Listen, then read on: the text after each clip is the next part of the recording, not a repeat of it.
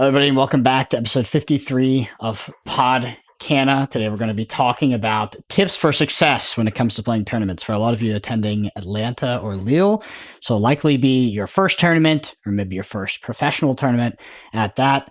And we're going to go through all of our tips for how to be successful at that kind of an event. It is going to be very different from something like the set championships that you had in your local game store, but at the same time, it is not this, I don't know. It's probably not as serious as some people make it out to be. I know people have anxiety around these kind of events. They don't know what to expect. Ultimately, they are pretty relaxed, and everything is pretty easy to figure out. But we're going to give you the tips that you need to make it even easier. For the headlines, thank you to everyone that bought a t-shirt. We're looking at a less than 1 month turnaround time on those, so hopefully you can have them by the time Fort Worth or Chicago rolls around. We will see. The lore counters, and we have Podcana specific lore counters, will be in stock soon. We'll update you on all of that as we get more information. And finally, if you weren't able to buy a t-shirt, they are gone forever now. But if you weren't able to buy a t-shirt and you want to win one for free, what you can do is you can leave us a review on Apple Podcasts, and we will give it out to one lucky reviewer. And in terms of the t-shirts that can be won, we do only have medium and large available. So hopefully that'll fit you. And if it doesn't, maybe you can, I don't know, do something out with the t-shirt that you can do with t-shirts, I guess. Anyway, use it as a sweat rag in your games. Yeah, exactly. Last thing is for headlines is the promos for top 4. The promos are going to be top 4 for Ursula's return set championships once again. I kind of stay off of the Lorcana social media aspect, but I did see it talked about a little bit. A lot of people were very frustrated with this.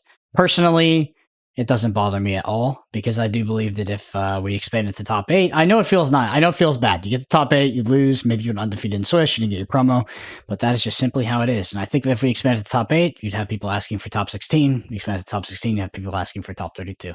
Like, it's just how it goes. I understand the feels bad, but I'm okay with it, to be honest. I don't know how you guys feel. Maybe, Kyle, did you ever lose in quarterfinals? Yeah, so I did lose in the top 8. It did feel kind of bad only because I lost the goats. Like, it was a really close game, but it didn't feel awful. Like, I think I'm still happy with it being top 4. It also means that with it being top 4, the prizes hopefully should retain the same value that the stitches were, right? Which I think we were all surprised with how much money they were actually going for, which is a really good thing for the game.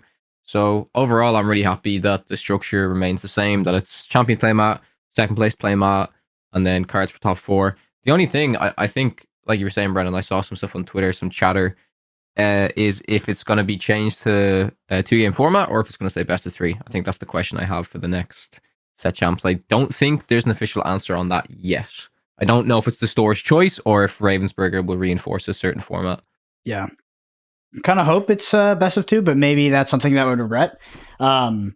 I mean, I've talked about it on the pod, but my biggest takeaway from set champs is that I thought about the clock more than any singular game action. Every single tournament.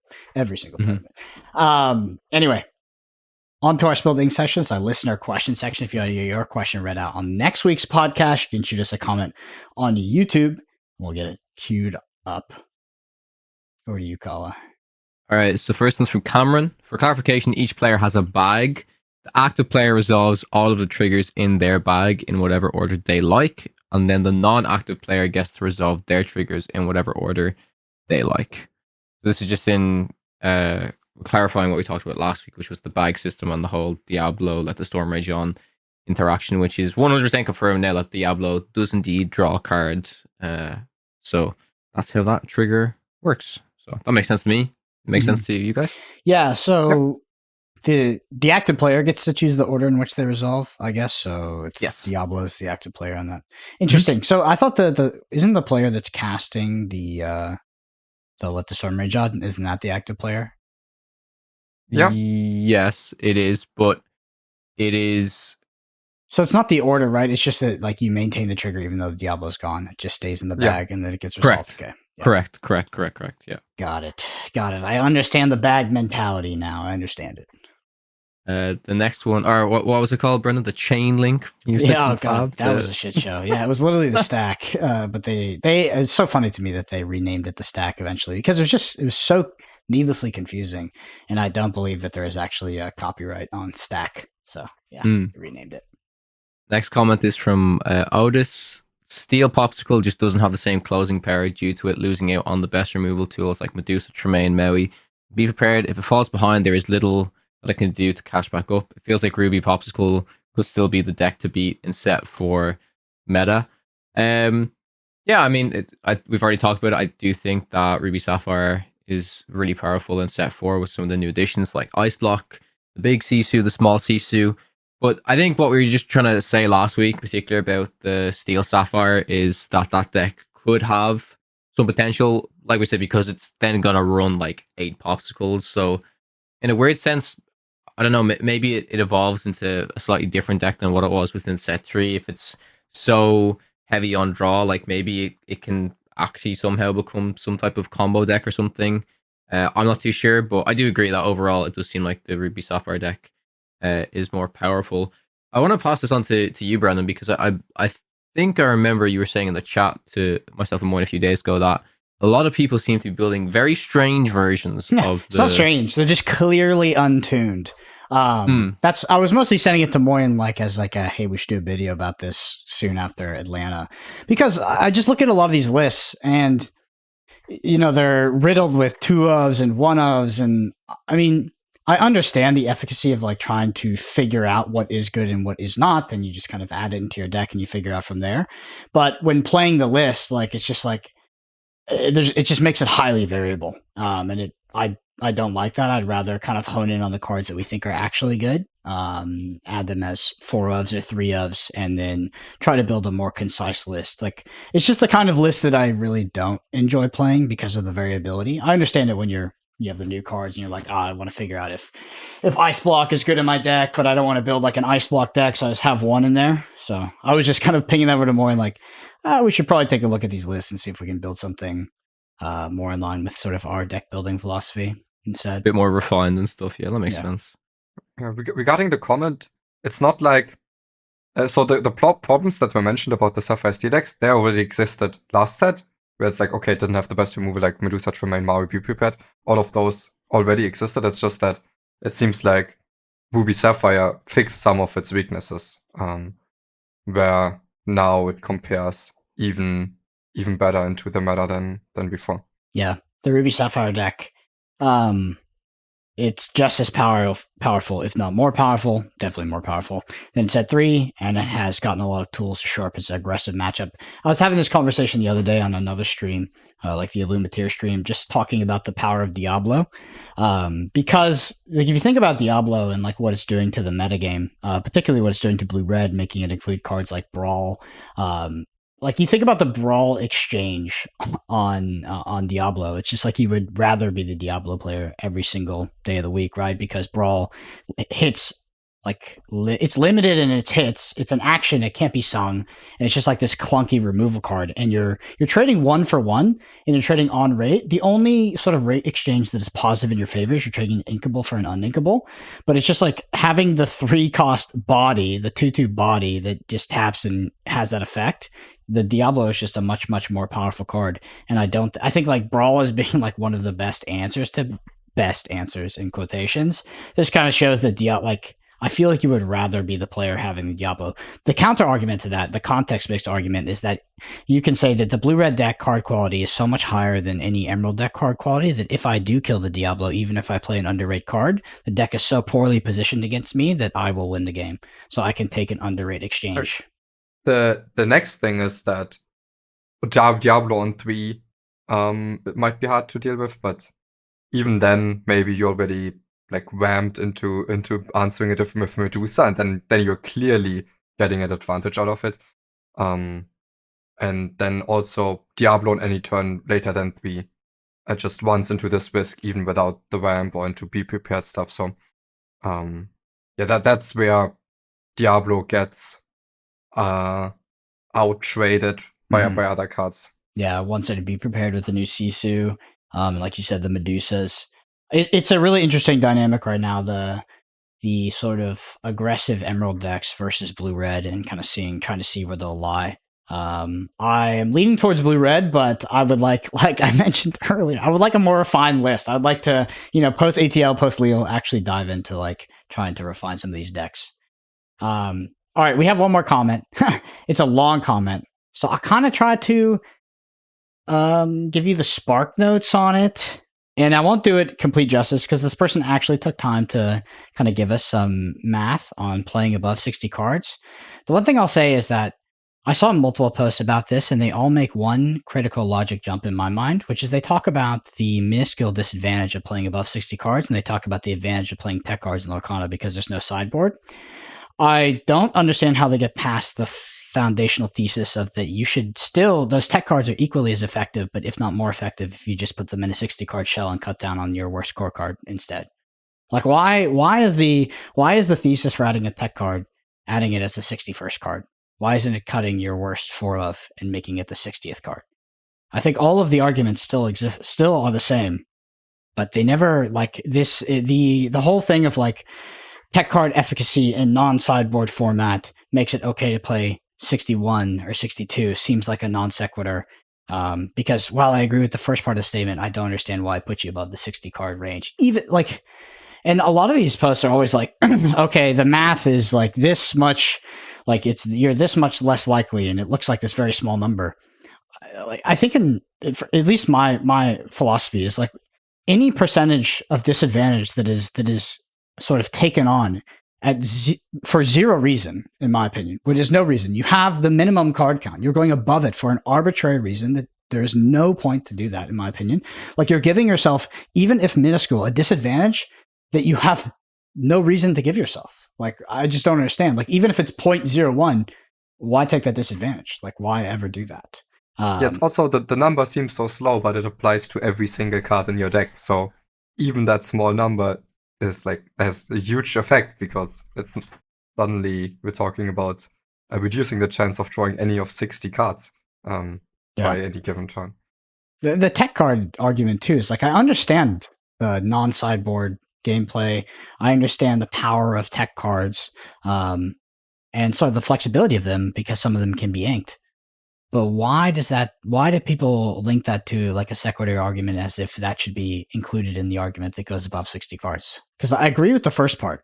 I just disagree with the second part, which is where we go above 60. I was just cut my worst core card. Like, I don't understand. I think where it comes from is basically that people see how decks are currently built, and then they're like, okay, but for this matchup, I want this tech card. And then they think about why adding this tech card could definitely be good, but then they don't want to change the deck's core in any way. But that's the sacrifice that you should be making if you want to be including the tech card, I think. So a tangential point that I want to bring up is I have a lot of people messaging me leading up to Atlanta, and they're like, you know, they're also playing Ruby Amethyst. Like, I like your Ruby Amethyst list. I'm going to play Ruby Amethyst. I did so-and-so well with it in the set champs. And then they send me a list, and it's Ruby Amethyst, but it has like a fucking book in it. It has a scar, and it has like all these, like, it has 2 Pinocchios instead of 1. I'm like, dude, that is not close to my list. Like, I know it seems like it's 4 cards off or it's 3 cards off, and you've added these, but it's so diametrically opposed to the thesis of like the Ruby Amethyst I'm playing. And there's a reason why I have 4 mini, 4 crab. It's because I think that a lot of people are making mistakes by adding one of tech cards into Ruby Amethyst when the core of what makes Ruby Amethyst good as Ruby Amethyst is consistency. I think most people are actually making mistakes in sort of their openers and their primary game plans. Like, they fundamentally don't understand how the deck works in terms of 1, 2, 3, 4, like how to curve out into specific decks, how to answer certain game plans. And instead they're trying to band-aid that with these random tech cards that are oftentimes uninkable. And I'm like, I just fully disagree with that. Like, I fully disagree with that approach to Ruby Amethyst. Like, yes, is the book good when it comes down on curve-ish in the mirror? Sometimes. But you know what's better is like understanding that in this mirror, it's like, okay, 1 drop, 2 drop Kuzco, 3 drop mini, 4 drop castle, or 3 drop mini, 4 drop mini, and knowing how to answer those game plans on the opposing side of that. And a lot of that comes down to the actual consistency of the deck. And I think a lot of these people look at these tech cards and are like, oh, it'd be so good in this situation, but they don't understand the opportunity cost they're eating by actually decreasing the consistency of a deck like Ruby Amethyst. The whole reason I'm bringing that deck is because it's consistent. It's just been happening a lot. I just see Ruby Amethyst decks with tons of like little uninkable tech cards in them. And I don't. So first of all, I think there's a time and place for tech cards that's valid. It's just generally people love tech cards too much. And I think it comes from wanting to win every relevant matchup. Yeah. And in a lot of metagames, including this set 3 metagame for the upcoming challenge events, that's not really possible. You have to pick the fights that you can win and maybe the ones that you will be unfavored in, but you can't just take a deck with a lot of good matchups and then say, okay, but attack for the bad matchups and then it wins against everything. Most likely your deck will suddenly not win all the matchups that it was winning in the first place. Yeah, exactly. We do have one or two final comments that I will touch upon here. So first one is the next one rather is from Squiz. In an upcoming pod, can you all go through the Illumineer's quest and deck build for Extreme? It's such a fun game, and that mode is impossible. Have either of you guys actually played the PvE yet? I played it. How did you find it, Brendan? Oh, it's a really good product. I think like they did all new art for Ursula's deck. I think it's really fun. I think if you have any interest in like this board game-esque version of Lorcana, you should get it. For me, while I enjoyed it, it doesn't have that level of replayability for me. So I probably wouldn't pick up the product again. But you got to understand, in terms of the spectrum, I'm like far outlier, right? Like it's just not why I play Lorcanas for that experience. But I did have fun. Deck building for Extreme, I think that if let's say 2-player, because I've been thinking about this a bit since I started playing it and played it on hard, and then you tried to like theorycraft how Extreme would work. I think both players would have Emerald based decks, and both players would have Diablo in their deck and shift Diablo on 2, because Ursula draws an egregious amount of cards, and you can just make that symmetrical by adding Diablo, from what I understand.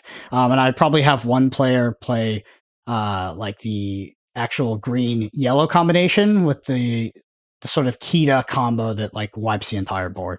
But I think both players need to have Diablo, because that's the big difficulty jump for the hard and Extreme is that Ursula draws like more cards on Extreme, and it's like she's drawing so many cards, like sometimes 5 to 6 a turn, and you can just make that symmetrical by adding Diablo in the deck.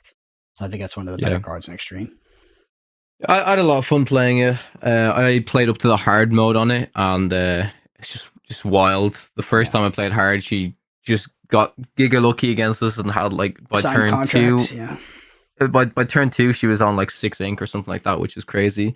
So yeah, it's a lot of fun. I enjoyed the product a lot. We even tried to just bring our decks that we'll be bringing to Lille against her, and oh my god, it was such a bad experience. Oh, it was bad. Yeah, I only played the starter decks.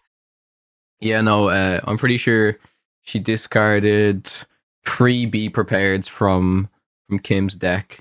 And then we were just like, right, well, now we just can't kill our board. So yeah, it was.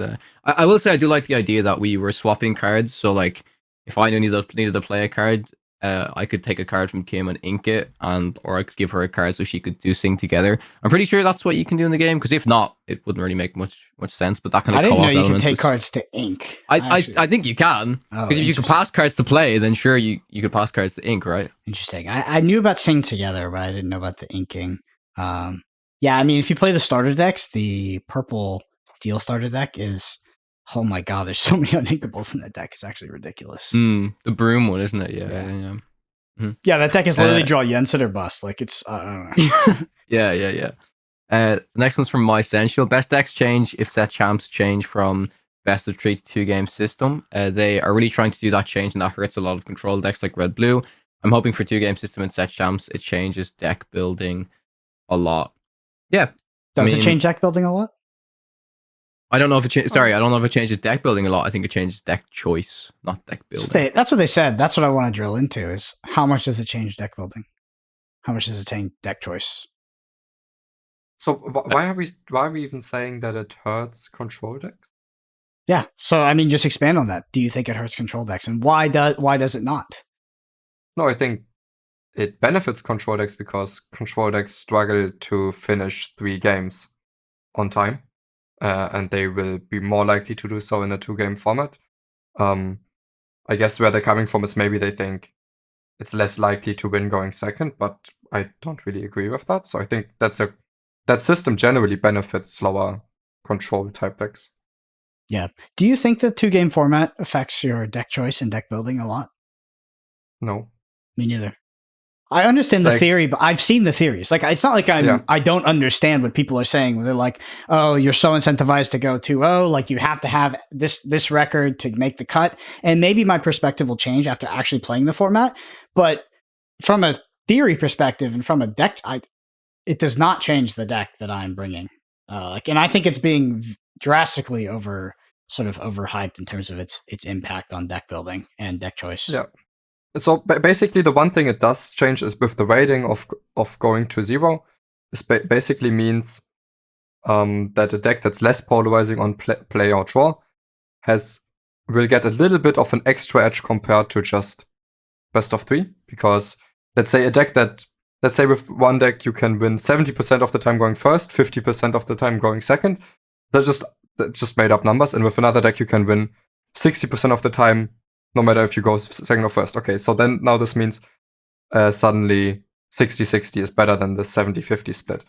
But I think in general, this is still a very small difference, and it is a bit overblown. And it's not even that easy to evaluate which decks if you add up all their matchups, which decks are actually less polarizing for play draw. I think that's also like a very complicated discussion to have. And then even once you have that, it's not like it really affects your expected value that much. Nothing to me is more quintessentially early days of Lorcana than people sort of extrapolating from extremely complicated subjects and topics and then making them sound like they're obvious. Like this is like the idea that your deck choice is changing based off 2-game format is sort of multi-dependent on so many different variables and is actually so contentious on many different theories that it's like an extremely complicated subject. But then people will say like, "Oh, it is so like it clearly changes deck building a lot," and I'm just like, "Wait, we have not had that discussion." And that's a hard discussion to have. Like, I don't think we even. Like, we haven't even had the 100 conversations that would need to happen before that. Like, it's very, very complicated for me. And I think honestly, it reminds me a lot of the whole tech card thing, where people are sort of like just overvaluating and overblowing like the impact of these cards and not actually sort of toning it down a bit and coming back to reality, which is like the foundational sort of thesis here is, it's a bit different, right? Like, when it comes to the tech cards, it's like, okay, I can put these tech cards in and they're good in these scenarios, but have I actually thought about like the X% that reduces my ability to execute my primary game plan? Have I truly evaluated how much equity I lose in some matchups if those tech cards are not good? Like, it is a very, very complicated topic, and I think a lot of times it just gets overlooked. Yeah, I think in a lot of these discussions, I tend to view it in a way where it's like, the more sure someone is about something, the more they oversimplify something. That usually just means that they don't truly understand it. And then once you do actually understand it, when you understand stuff like this better, then you will be more nuanced in the way you talk about it. Mm-hmm.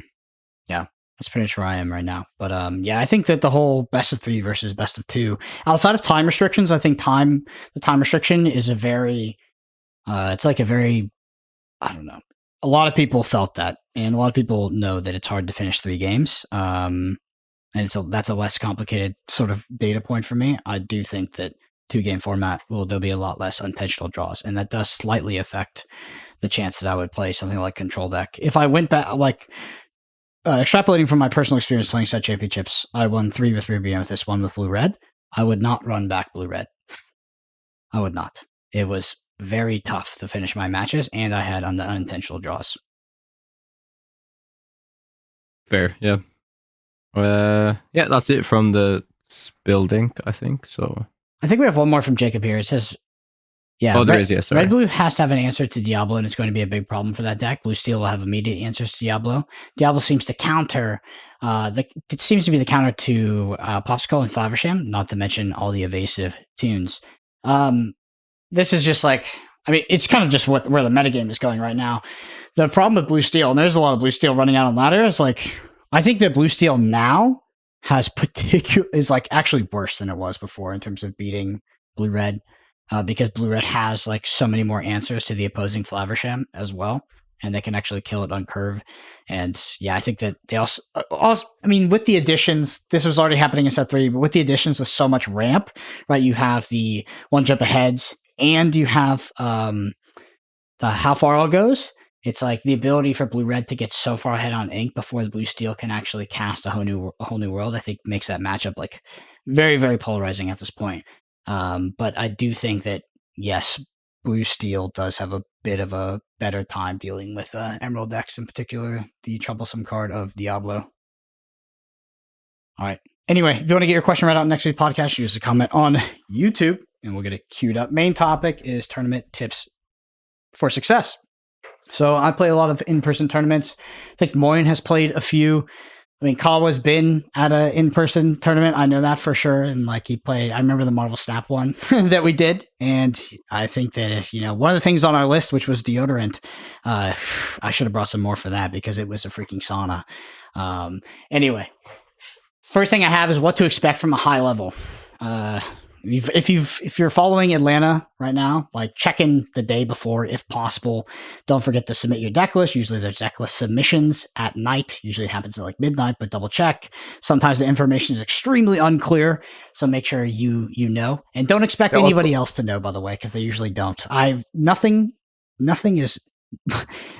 reminds me more of a card game tournament than me going to a Pro Tour or World Championships and asking high-level players that plan to top 8 or win that tournament, when does day one start? You know what they all say? I don't know. They never know.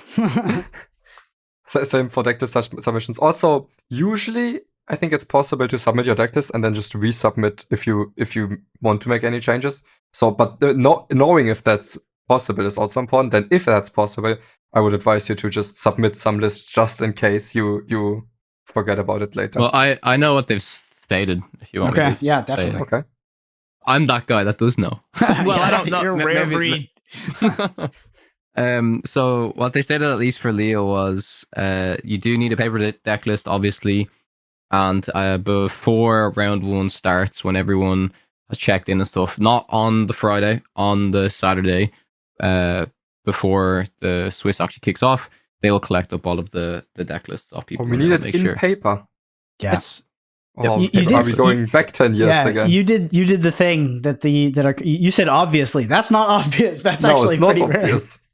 It's like we had it. I was on a One Piece regionals last weekend, and we had it there, but it was like very much an outlier. Everyone was so confused that we went back to that. Really? That's interesting, because every single, at least big Lorcana event I've played has had paper deck lists. How big though? I mean, 2,500 players? No, not 2,500 yeah. So players. like when you're talking about, think about it just by scale, right? So you can collect 50 deck lists, 100 deck lists, and I mean, that's going to be a pain in the ass, but 10x that, 20x that, like that is just an insane amount of like physical pieces that you need to somehow manage and now call upon later to do deck checks. Like, it is just a nightmare. Like, it's so much better to do it online, in my opinion. So yeah, I'm very surprised that it's going to be in paper, but they might not have the system. Like all the card games I've played, they've had their own systems for submitting your deck lists. And I don't know if I'm super interested what software they're going to use in Atlanta and Lille, by the way. I don't know if it's going to be Melee. Yeah, it's going to be Melee. Okay. Mm-hmm. Yeah. I can't wait to see how you should check. You should check, by the way. You should definitely check if you have. This isn't just to you guys. Anyone that's watching, if you are confirmed for Lille or Atlanta, be sure to check your emails or just check your Melee accounts to see if you are registered. If you're not, reach out to the respected tournament organizers. Because if you're not registered, you need to be registered before even the Friday. So look at these two noting this down, checking right now. Yeah, that's a good point. Check Atlanta in Melee. I'm literally writing it down. I would not have checked. Fuck. Yeah, there's so much bullshit that happens like that. Anyway. So cut to next week when Brendan and Moyen are like, we weren't registered, so we couldn't play. It's just so funny. Like, everybody does it different. There's always little nuances, and then like the rules are incredibly strict most of the time. It's like, oh, you missed it? Too bad. You're like, oh, God. Yeah. All right. Again, for what to expect from a high level. So pairings will be posted online, likely in Melee or whatever sort of software they use, and on boards. Usually do them on physical boards as well. You can walk up to them. If you are walking up to the physical board in order to get your pairing, the etiquette to do that is to take a picture of it with your phone from far away and then go read it off your phone. Don't read it on the board. No. You stand right in front of it. Don't care about anyone, and then you put your finger. Where am I? Yeah. Do not be that person. It's so easy to avoid that. And yeah, there are going to be a lot of people doing that. But yeah, you can check on boards, and it should be easy to find your table. Wouldn't worry about it at all. One thing we've talked about in Podcana since the inception: angle for the clock. The clock is usually not symmetrical in terms of the table. One side of the table can see the clock, and often one can't. You're not allowed to use digital devices. I'm not sure if that includes Apple Watches. It usually does not. I've got a point to talk about this, actually, because there was something brought up on Twitter. I don't know if you saw this, Brendan. No. I'm off Twitter. I'm done. And I actually just think it's relevant for everyone, but I'm saying particularly for me because I use it a lot. So you know what's known as like the life pads, where it's basically the little boogie board pads that you can that you can kind of erase and stuff like that. Those don't hold data. They don't have a Wi-Fi connection. So in most tournaments, like they're legal, you can use it instead of pen and paper. But apparently there was a comment, I don't know which Discord, it might have been in our Discord actually, in the Podcana Discord. I saw it posted that they said one judge from Atlanta was like, no, you can't have this at all.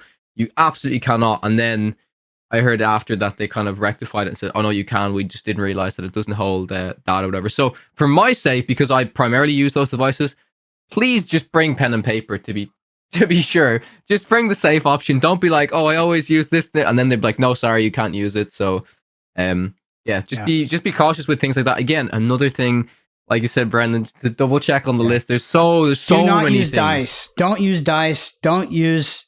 Honestly, I know that it was our sponsor, and we're honest. We're selling the lore at a professional event. Do not use a lore counter. Do not use dice. Do not use those fucking little numbers on your playmat. Like, don't use that stuff. I promise it will not. With the little figures? Yes, I promise it will not go well for you, because even if you think that you can 100% maintain the integrity of keeping the life totals, you do not have an audit log. You cannot look back, and you cannot rectify disagreements in the lore state. Just don't do it. It's like, I don't know.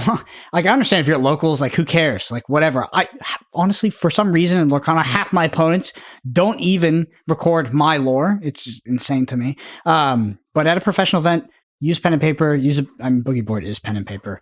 But yeah, don't be that person, because if my opponent is not tracking both players' lore, it makes me anxious. I'm just like, what is this person doing? Like, why are they just like, they're asking me like, what lore am I at? And I'm like, what do you mean, what lore you like? And they're asking because they literally don't know, not because they're trying to make sure we're congruent. They just actually don't know because they're not tracking. Did I ever tell you guys that my first opponent in Poland had these little metal balls? And they had a little case here, and they had a case here. And every time they got a lore, they picked up a ball and they dropped it in the other case. And it was the most infuriating thing I've ever had to witness playing this game. That's the art of war right there, baby. Because it was just like, dink, dink. I've read that book. It's like, you got to maintain the high ground on your opponent. You also have to have 2 different sections for little balls in order to track lore. Like, bro. Yeah. That's so funny. Yeah, but angle for the clock, track your lore on paper or a boogie board or something like that. Brandon will be turning his table for the clock. He'll be like, sorry, nope, I'm just going to move this. Yeah. Oh, I'm a sniper, bro. I'm quick. I already know where the clock is. I'm angling. Parkouring over tables to get to the chair. But you can't use digital devices. It means you can't really check your phone for the time. Like, some people not during the game. They did state that in order to see pairings and in order to report games. So reporting games is important because in a lot of tournaments, again, a lot of the ones that I've been to so far, they do have the slips that, you know, your opponent will say, you both agree and you'll sign. For this one, as far as I've seen, because the email was sent out today to players, that you will just record it on your phone. So make sure at the end of the game, you show your opponent, okay, so this was game 1, this was game 2. Do you confirm? And confirm. I would always make sure that both people agree and are aware of it. Don't just say, oh, can you report the match? And then walk off because some guy's just gonna do, oh yeah, I actually won that game. And then once it gets past a certain stage, if that's like round one, like, you're fucked. It ain't changing. You know what I mean? So and no, it's cautious. actually like never changing, like ever. Yep. Most time. Yep. Yeah. Yeah, you're just cooked. But yeah, so a lot of people don't know that. A lot of people don't know that they can't like just like be on their phone during a match, and they can't be on their watch. Like people are gonna do it. Like people are gonna do it in front of you, and nothing's gonna happen. But just don't be that person. Like there's always people that approach these tournaments where they go like 20%. You know, they're like, oh, I'm not gonna track lore. I'm not. It's just like I think you're just like a burden to the other players that are actually upholding the rules. It's like it's just much better if both players doing that, because like the player who is tracking lore physically on paper, who is not using their phone, also doesn't want to get into a disagreement about lore and have to call a judge and then go like it's just annoying. Like it's just way better if both players are maintaining the integrity of the match. So would you tell your opponent like No. if they're like, oh, I don't want to track lore, would you be like, can you please track your lore? No. Well, maybe. So it depends how it depends. But honestly, for the most part, no. But at the end of the day, if we have a lore disagreement, the judge auto side with me. I have the of course, yeah. So it's their prerogative, but it doesn't make me comfortable when they do that. It's just like, what is this person doing? Like I don't know. I don't like it. I would just prefer if we could both maintain the rules. Like I don't like winning. I don't like winning not outside of the game. And so I prefer if everybody just plays the game the way it's supposed to be played, especially in an event like this. The last thing I have, because we were getting a little bit serious there, and all these points are serious, is that overall it's a relaxed environment. You just play tight. Don't expect any favors. Neither should you feel compelled to give any at a professional event. People are going to ask for them. Maybe someone's going to try to angle in terms of like trying to make you feel bad for something. Fuck that. Like it's a professional event. Don't angle shoot people. Don't be a dick. But it is a professional level event. Play to the rules, period. There is no like people always try to make it like this moral gray area. There is almost no moral gray area. It is literally just play by the rules. Just play by the rules. That is it. I hate it when there's like this weird social credit system where someone's like, I'm going to take back this. I'm going to give my opponent this take back. All that great. Like that leads to pain points. What doesn't lead to pain points is just playing to the rules. I think I'm still so bad at playing with time. It's not because by saying that I don't mean that I play too slowly. It's just I still, because I'm still rather new to physical card games, I still don't feel comfortable telling my opponent to hurry up when I should tell them to hurry up. For example, I do agree with that as well. Yeah. Last weekend on Saturday, I was playing One Piece Regionals on my birthday, and there was one guy for one of his final turns. His final turn, he took 4 minutes, and I knew we were finishing the game for sure. And I was like close to saying something, but then it looked like he was going to do a move. Then again, he didn't. And I should just say something, even if you have enough time to finish. Like, there's no reason he should have 5 minutes to think through his final turn, which wasn't very easy. Anyways, and then I think in one of my final rounds, I played against someone. And then once I took like 20 seconds without making a move when I had a complicated turn, he was like, I will remind you, please hurry up or to do a move soon. And in 20 seconds? What? I mean, still, like, I don't have much more than 20 seconds without doing a move. And he's like, it totally in his right to do it. Mm-hmm. I didn't blame him for doing it, but I was like, why? I should be more like my opponent. That, nearly. Yeah. Also, I had a very bad experience where in the same round where my opponent took 4 minutes, they actually used 11 resources when they only had 10. And I was a little bit rusty on the game, but I don't know, I slept well. I should notice it, but I didn't. And that was like, he wins the game on that turn because of that. And I didn't realize it in the moment. I realized it a minute later after signing the slip. And so there was nothing to be done about it. And like they took 4 minutes, so it's like hard to believe that it was an accident. But at the same time, it might have been. So I'm not even mad at them. I was just like, it felt really, really bad to lose just because I missed that. So I should have been paying even more attention. Yep. Next thing I want to talk about is preparation related to gameplay. We're also going to talk about preparation related to logistics. But in terms of preparation related to gameplay, practice is key. Like, I can't tell. I mean, I made this mistake many, many times in large tournaments for lots of money where you just kind of start cooking. Maybe it's you by yourself. Maybe it's you and the boys. You start cooking. You're like, maybe I changed this card. I changed that card. We're now expecting this metagame or that metagame. And what even worse, night before, you're like, okay, I'm going to add in this tech card, this tech card, and this tech card. We've determined this is correct. Our sample size is 10 games. Or it could be anything. It's going to be small. And then you end up with this pile of garbage on the day. And you realize that once you play a few games, you're like, oh God, what is this? Don't do that. Like, I think that practice is key, and you should be, if possible, you should be locking your deck in as soon as possible, and just getting reps. Because honestly, most players, the vast majority of players, do not lose because of the deck that they have. It's because they make mistakes. Like, that is it. Yep. And you want to minimize that. That is what you have the most control over, and that is what people give the least credence to. Most people are like, oh, I don't have this like one tech card in my deck, or it's a 4 of this and a 3 of that. And if I don't have it all perfect, that's why I'm going to lose. It's like, no, the vast majority of the time it's because people just make mistakes and they're under-practiced. Yeah, also, it's a little bit like learning for an exam. You don't want to be spending your last night before the exam still trying to figure out what deck you're even playing.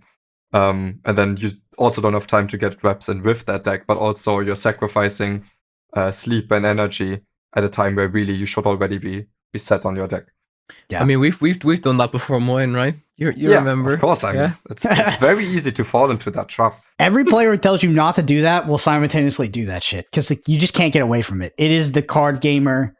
It is just the card gamer, I don't know, paradox, is that there is nobody on this planet that is really good at card games that also does all the right things. Like, it is a soup of making mistakes and trying to like do the right thing. But yeah, best practice is to not do that shit. Especially last minute, especially if you're new, because more than likely you're going to make a bad choice. Next thing I have is metagame, how to predict a metagame, how to exploit a metagame, and our picks and thoughts. So we have 2,000 player metagames. How many people are going to Lille? So far, 2,048 players have registered. How many people show up is unknown until today, but the full amount have registered. So metagaming for a 2,000 tournament with no reasonable data points to look on. You can't. You can't. I would look towards set championships for the most part. And for me, the only relevant metagame decision that I have made in regards to Atlanta is that I'm choosing to play a consistent deck over what I believe is the most powerful deck. I do think my deck is powerful, but I would not put it as the most powerful deck in set 3 in a vacuum, and that is Ruby Amethyst. I like the consistency. I like the repeatable, like the clear and the clear way to execute his primary game plan, and I feel extremely comfortable in the deck, and that's why I'm choosing to play for Lille. If I was going to an invite, let's say first Pro Tour, Lorcana, invite only, you had the top 16 to qual, I probably would not play Ruby Amethyst. So that is how the metagame has affected my choice.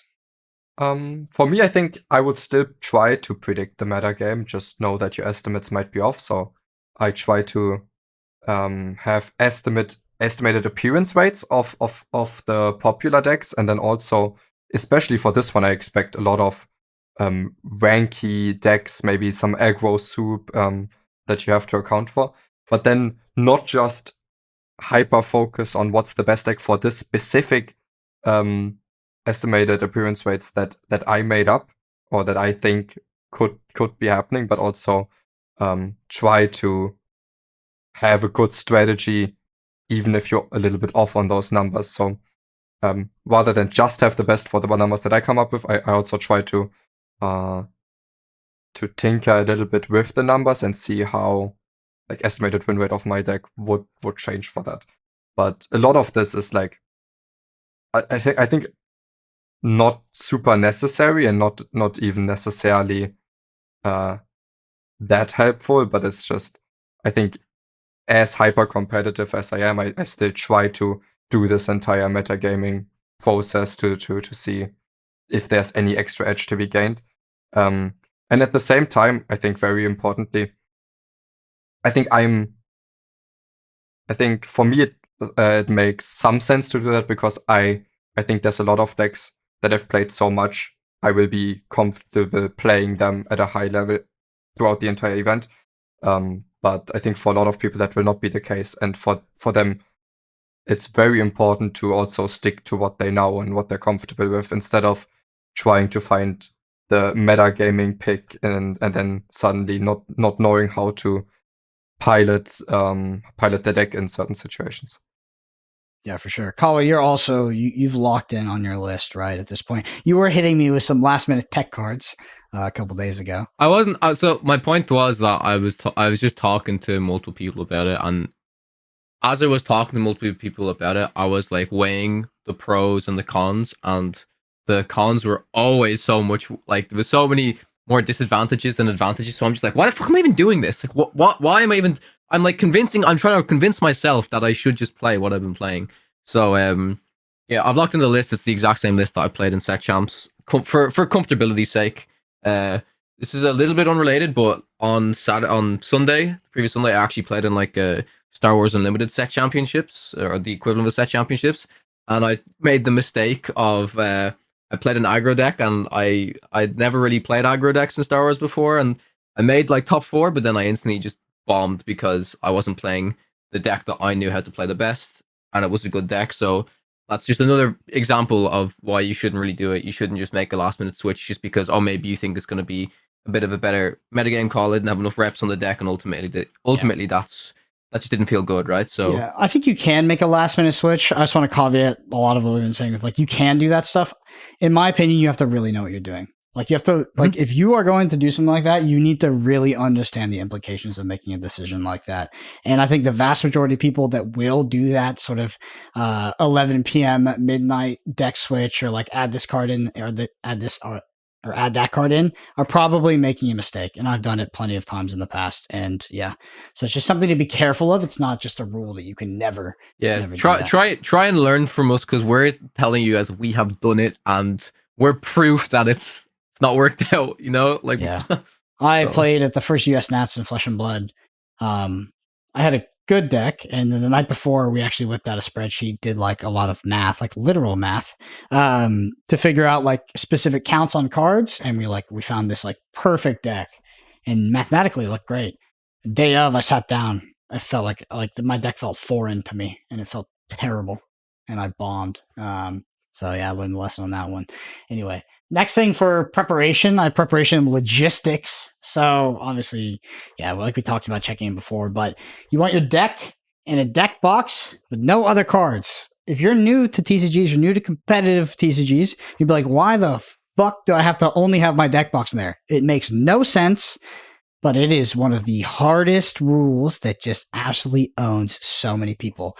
They maybe open a pack, they get their promo card, some shit, and they put it in their deck box, and then you get deck checked, and I think at some point it's like a DQ.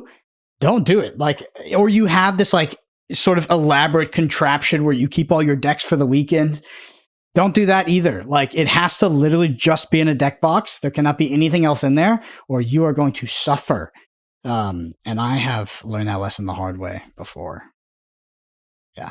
It's a weird rule. It sucks. It's like you have all these products that are like supposed to be like, hey, put all your decks in here. And they're being sold by the company that's putting on the tournament. And everything tells you, put your fucking cards in your deck. And you're like, where am I going to put this random card that, I got signed by the artist? And you don't want to damage it. I don't want to put it in my pocket. Yeah. You put it in your deck, DQ. You're like, what? Yeah. So just bring an extra box for like prizes to put them there. Yeah. I got told that in my latest set champs, they deck checked me, and I think it was the promo card. Or actually no, I think I had my spare box of sleeves, because I have kind of like a little double deck box. So I had my spare box of sleeves in that box because I wanted to have everything there. And they're like, it's completely fine because we looked at it and it's just sleeves, but they're like, when you go to Lille and stuff, don't have your sleeves. Like, just don't have anything else in there except your cards. And that's it. I guess dice is allowed, right? You can have your dice in your deck box if you wanted, those types of things. Also, just don't put other cards in there. Any cards, though. Like, any. Which, that is not obvious. Like, that is a very not obvious rule, but yes, you should know that. So, bring extra sleeves. Bring new sleeves.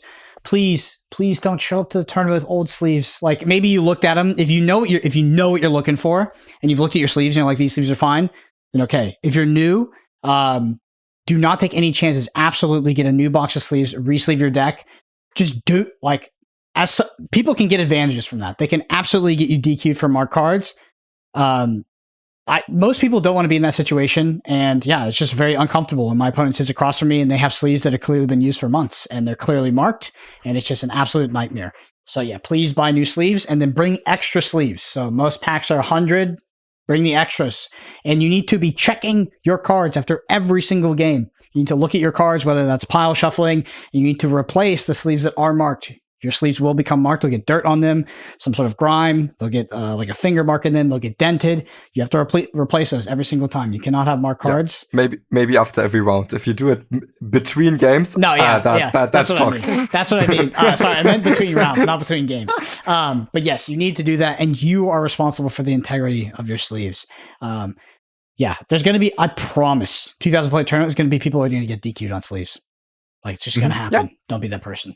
Also, I do want to point out, though, that the ruling, because I know some TCGs are different. So far as I'm aware, you can use art sleeves. I know, Brendan, you recommend against it. Highly recommend against it. Yeah, highly recommend against it. That's because it's linked to marked cards. It's like discrepancies in the art itself they're the same as a finger mark that would occur on like a black dragon shield or something. Yeah, but just it's the same. It's like normal rules. You can use like art sleeves like this if you want to, but just don't have any inappropriate stuff. Don't bring out your anime titty sleeves. No waifus, huh? Shit. Yeah. Damn. Can't have any fun in Disney Lorcana. Yeah. Just be careful about it. Like, a lot of your opponents won't be super strict on it, but it's just going to happen. Like, if you do not take it seriously and you do not maintain the integrity of your own gameplay, sleeves, all that stuff, you are going to eventually get owned by it.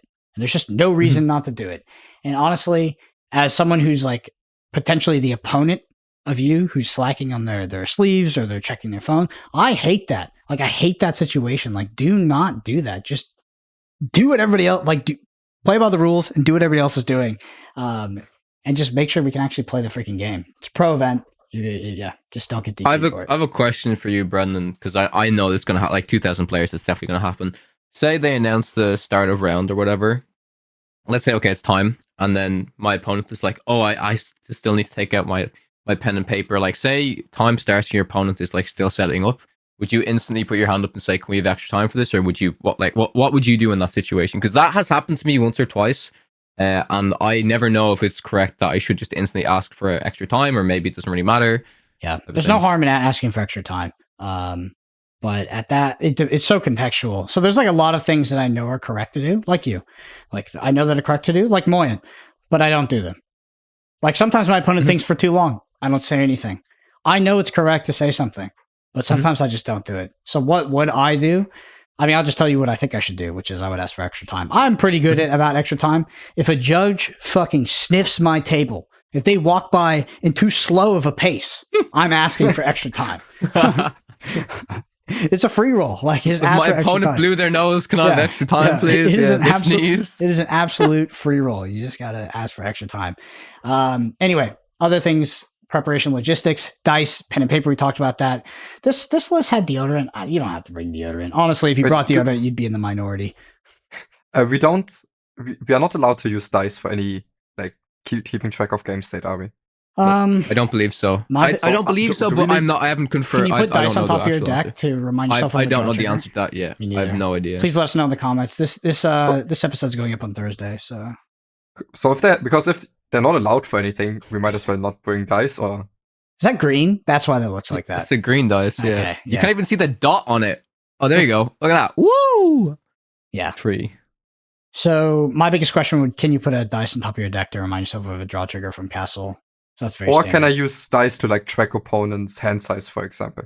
Because just to never lose track of it. So that's interesting. If they do that, I'm like. Hand size. There's some people that will honestly, there's some people as well that if they have their ink right, they might sit a little bit more forward the table and be kind of like this.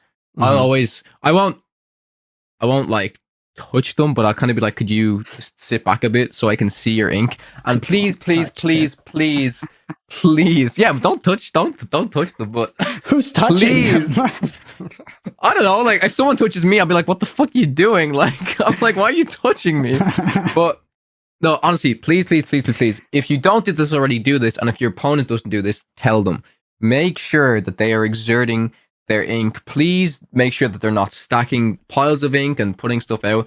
Just as long as it's clear and it's readable, that's what's important. Because there'll be a lot of people that just say they'll have 4 ink like this, they won't tap it and go like, I'll play, go.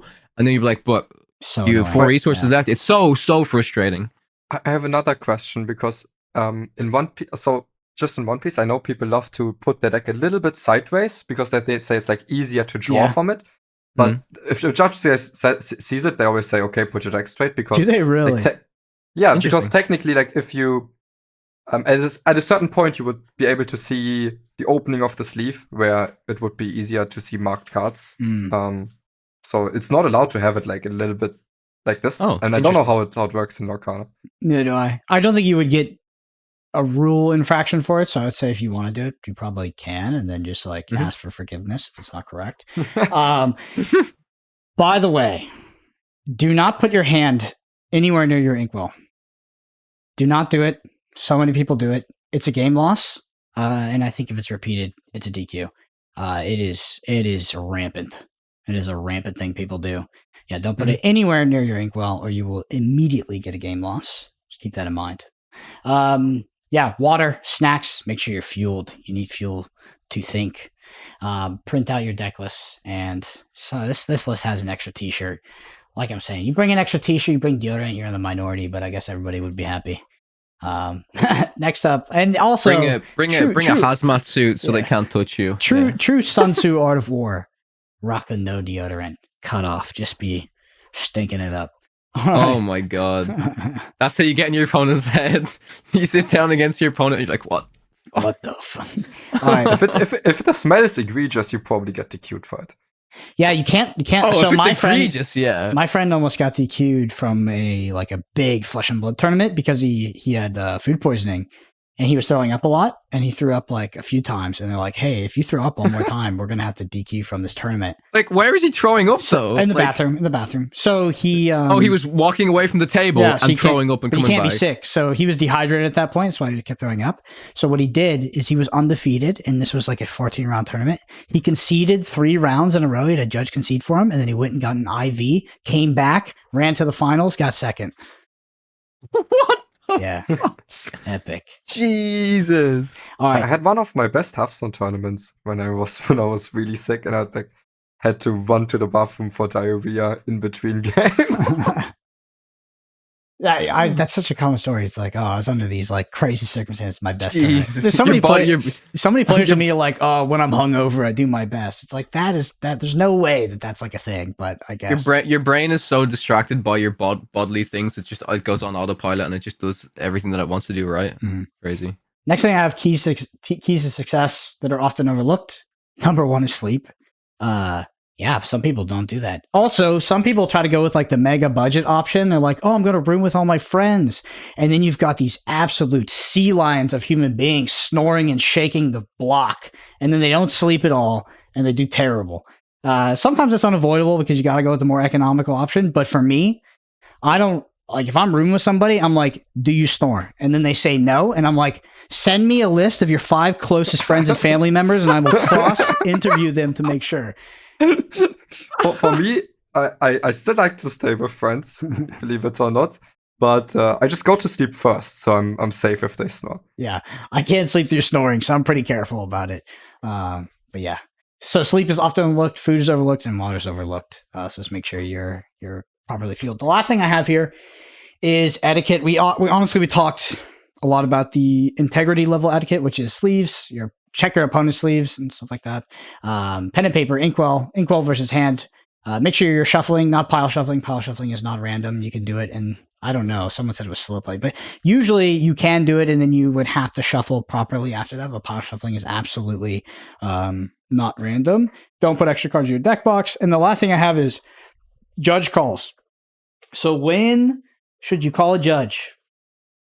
fucking any time you think it'd be possible to call a judge, you should call a judge. Does that mean that I call a judge? Does it mean that Moyne calls a judge? Does it mean that Kava calls a judge in all the appropriate times?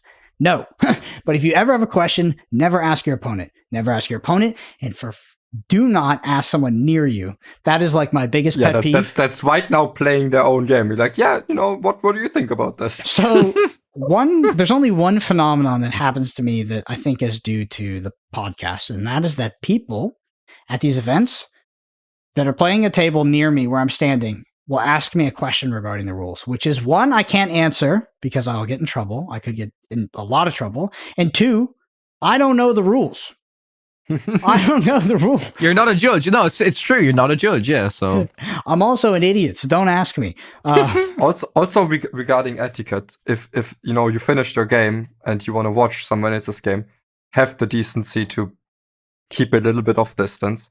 If someone asks you to be quiet or to leave, just do it. Even if you don't agree with them, they're totally in their right to ask you. And if you're talking with someone else standing close to a game about their game, make sure that it's far away, quiet enough so that the players don't hear it and get distracted by it or gain new information. Yep, I've seen that happen before. But yeah, call a judge literally at any moment you could think it's possible. They are the arbiters, and your opponent is not. You are not. And yeah, they're there to help. To be honest, believe it or not, they are actually there to help. So, how to handle judges. So sometimes you will call a judge and they will tell you something like, you can't have a boogie board. So what you do is you appeal. You can appeal to the head judge. Do not be scared to do it. You will not, I would say you won't offend anyone, but you might, but it doesn't matter. You should appeal. If you don't agree with a judge call, you should appeal. It is absolutely an option. A lot of players don't understand that. They don't think it's an option, and they don't understand that it's in place. This is a process that is in place to be used. It is there for a reason. So if you disagree with a judge call, absolutely appeal it. Yeah. And then because if let's say a judge makes a wrong call, which happens all the time, and you just accept it, then at the end of the day, you will still have to blame yourself for not appealing to the head judge. Yep. Incorrect judge calls happen all the time. Human error. Just some things are really complicated and they're kind of subjective. And yeah. One thing I still want to clarify was the cutting, shuffling opponent's deck part. I think because there was some point where we said, where I think it said in the rules something like you can only cut once. Really? And and I think that's really important, because if my opponent's not shuffling properly or only doing a pie shuffle and then doing a few of the ones that don't look like they're doing they're randomizing a lot, then I would want to at least make a few shuffles on the opponent's deck just to feel comfortable that they're not cheating. But also, if that's allowed, just to add to that, I think if you're shuffling your opponent's deck, same thing with when you're shuffling your own deck, you want to clearly have it so that neither you nor your opponent can see the cards. You're looking away from the cards. And at the same time, once you're done shuffling, just cut the deck so that your opponent can be sure that you didn't stack some card in some weird position. Mm-hmm. Yeah, a lot of people are very anxious and nervous about shuffling their opponent's deck, which you kind of should be. You have no idea what kind of sleeves they're using. They're double sleeve, they're triple sleeve. You don't know the consistency of it. It could fall over. If it falls over, it's your fault.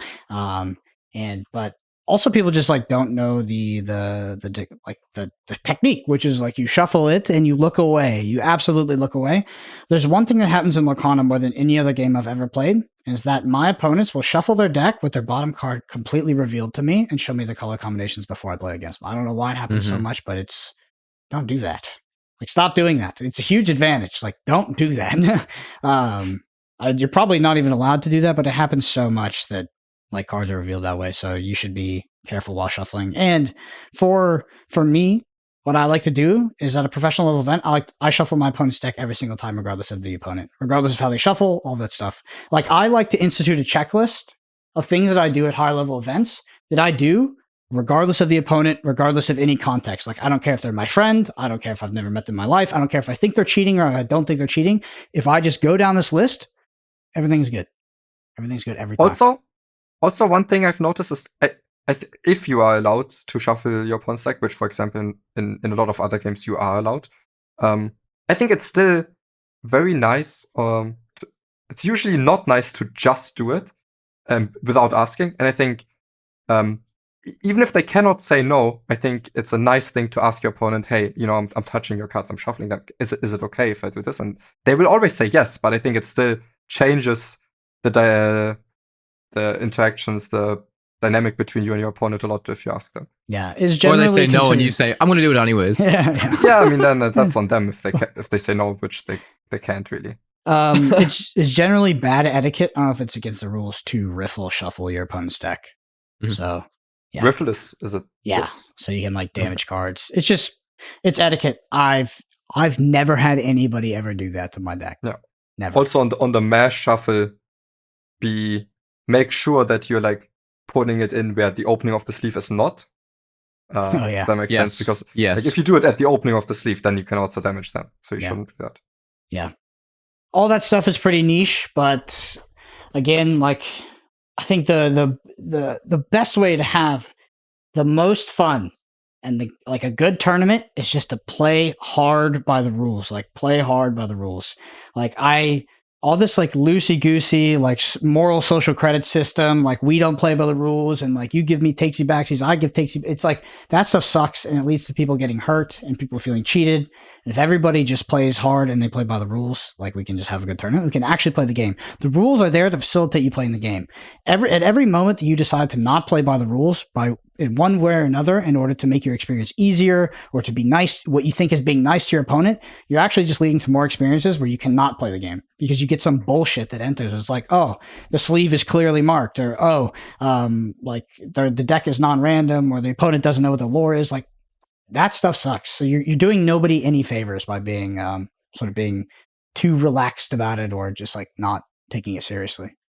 One final thing I want to talk about, and again, apologies because it is a very, very niche scenario, but if you do think that your opponent is cheating, let's say the example is, and there is obviously a difference of cheating and unintentionally cheating, but it's cheating nonetheless.